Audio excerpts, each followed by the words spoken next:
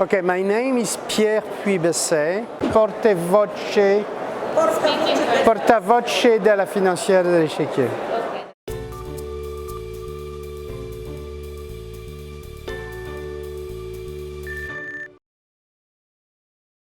L'activité de M&A ou de fusion et acquisition est toujours une opportunité importante pour les marchés financiers. L'attività di M&A è sempre un'opportunità importante per il mercato finanziario. Queste operazioni generalmente si realizzano a prezzi molto più elevati dei prezzi trattati sul mercato, con premi che possono essere anche del 30% superiori. È un fattore che anima molto il mercato e che noi apprezziamo molto. C'est quelque chose qui anime beaucoup les marchés et que nous apprécions beaucoup. Oui, ces opérations devraient continuer en 2019 parce que Crediamo che queste operazioni continueranno nel 2019. Da un lato perché c'è molta liquidità nei fondi di private equity, c'è molto capitale che può essere investito in ogni momento. Queste società sono alla ricerca di operazioni finché non impiegano i capitali che vengono loro affidati, non sono remunerati, quindi in un certo modo hanno interesse a fare acquisizioni. Soprattutto i tassi sono molto bassi, sono quindi condizioni estremamente attraenti per prendere in prestito i capitali, perché il prezzo è molto inferiore rispetto al ritorno che si può ottenere sulle operazioni stesse.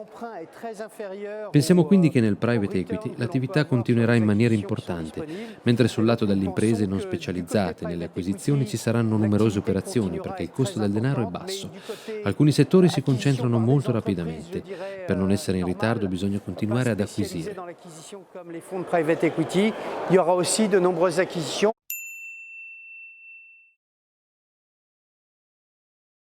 Je dirais en priorité, le secteur qui sera probablement le plus concerné à nouveau, ce sera le secteur technologique. Il settore che nel 2019 sarà più coinvolto sarà ancora quello tecnologico. Molte imprese preferiscono acquisire parti di mercato o competenze che a loro mancano. Per esempio nel settore dei pagamenti oggi passa tutto dalle operazioni M&A per poter crescere rapidamente.